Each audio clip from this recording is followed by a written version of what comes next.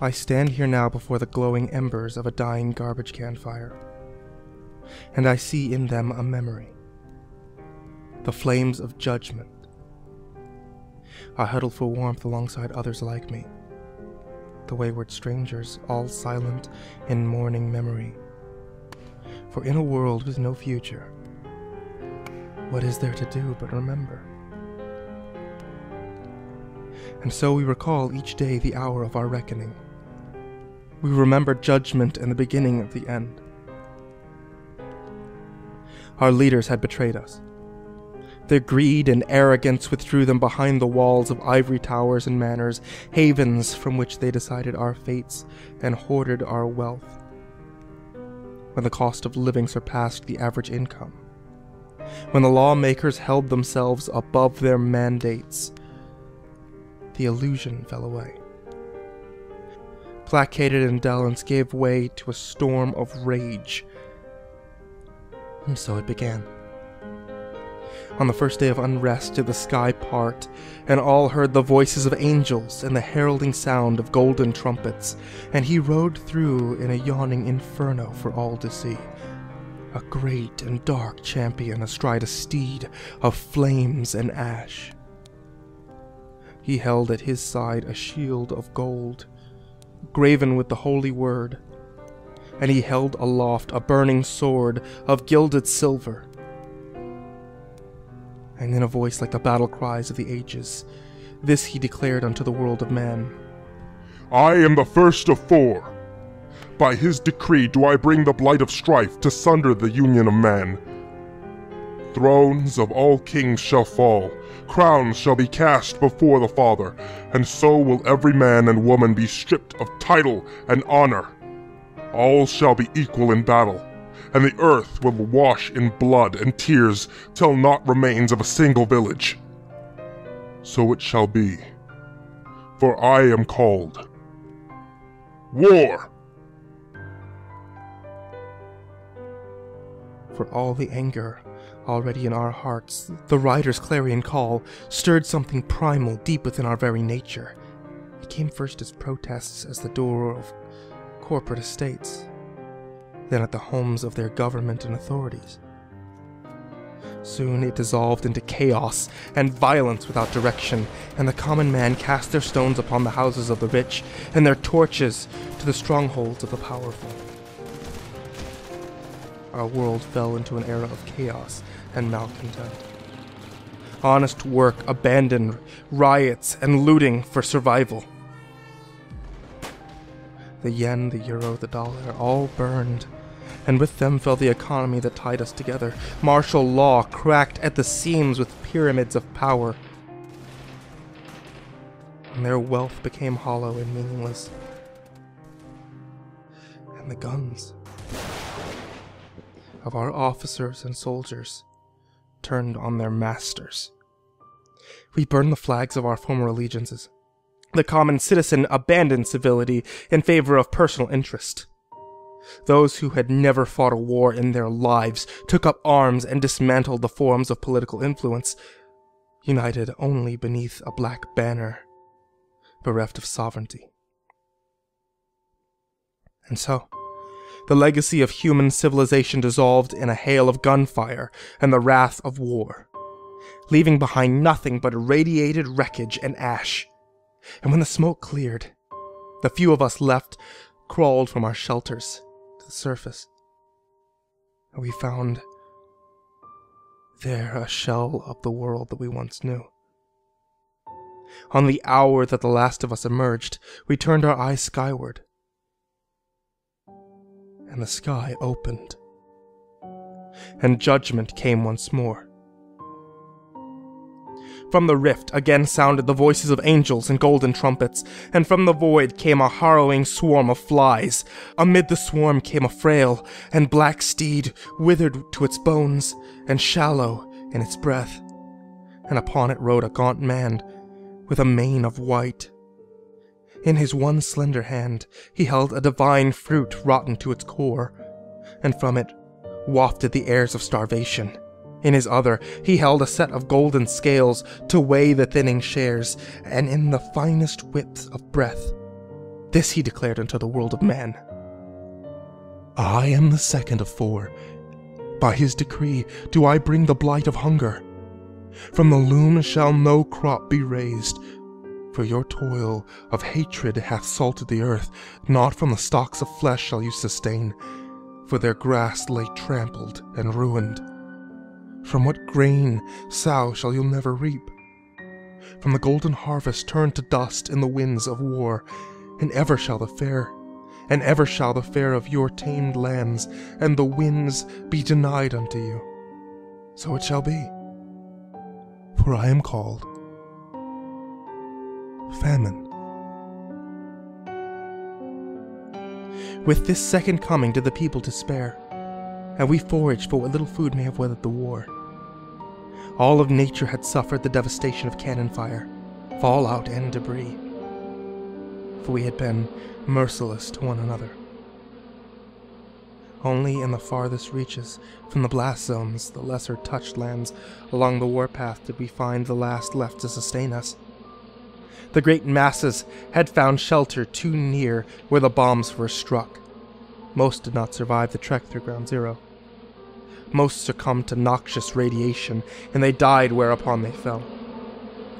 Some succumbed in burden to the waning needful and dying, and some took their own lives in the horror. What few remained found their prize at the cost of their health and living years, and for so little. We found only the few cans and containers left behind in raids, and the scarce remaining scraps from broken wards of the dead, or from the dying, too weak to defend their keep. A scant find too seldom upon miles of empty road, and we took in secret, and we hoarded with lies to ration, and we let others starve that we might eat. When the old dwelling ran dry, we took of carrion and small deceased, wilting things, but our stomachs turned and rejected sour poisons, and yet more fell to their falling bodies. We grew weak. We grew ill. And so we ushered in another era of the end. Upon a fateful hour did the sky open once more, and again our judgment rode forth. Again sounded the voices of angels and golden trumpets, and from the void exhumed the ash of the burning dead and the foul stench of decay. From the acrid cloud rode a white horse patched in the reds and greens of dying flesh, its eyes clouded in ailment and its teeth blackened and rot. And upon it rode an infirmed cadaver stricken with boils and lesions of disease. In his hands he held the wafting flames of a cleansing pyre. And in a wheezing rasp, this he declared upon the world of man. I am the third of 4. By his decree do I bring the blight of illness. The filth of your careless abandon shall be upon you. The last moving things of the earth shall bring your poisons unto you from the burrows, and they shall be a venom of the blood. And the tainted airs wrought in battle shall pierce the flesh, and make fast upon your bones. The breath of life shall be the dust of the plague, and all shall fester with sickness till the end of days. So it shall be, for I am called Pestilence.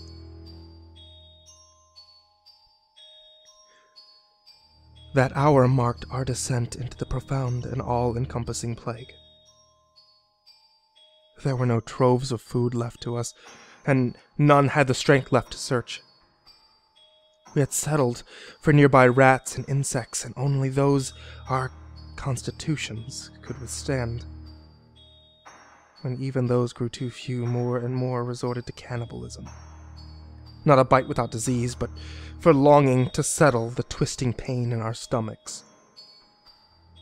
When the sickness came for us, it was our children and elders who went first.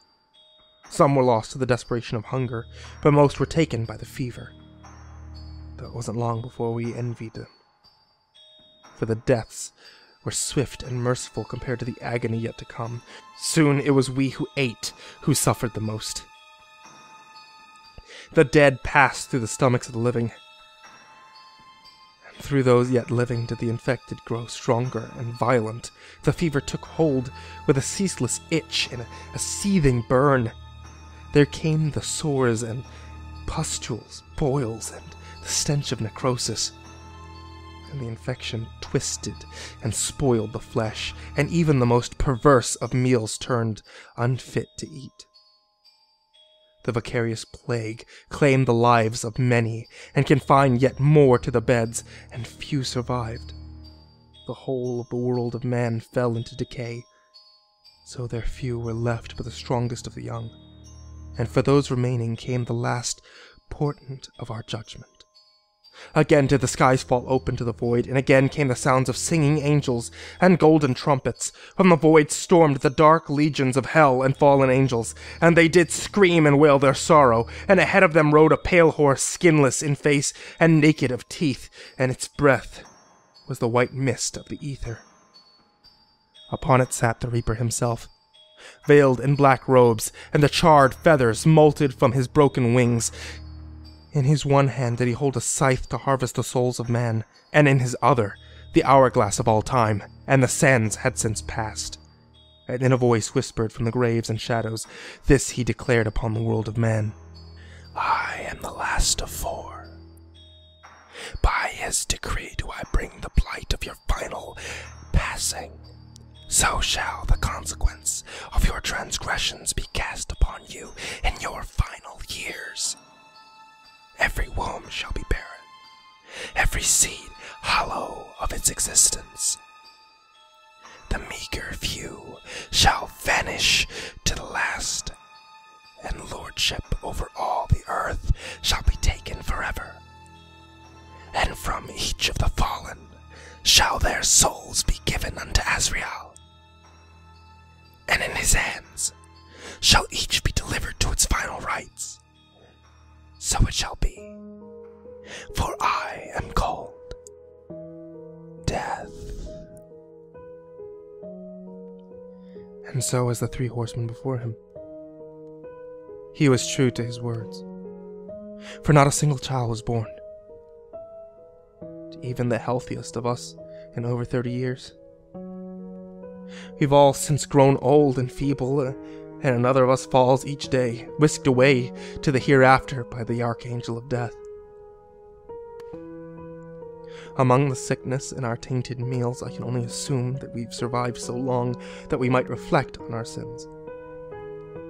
I can only assume that we have been left to learn some divine lesson. I huddle now beside others like me, near the warmth of the garbage can fire. There are fewer here today than yesterday, fewer still than a week ago, and I believe this last chapter may be nearing its end.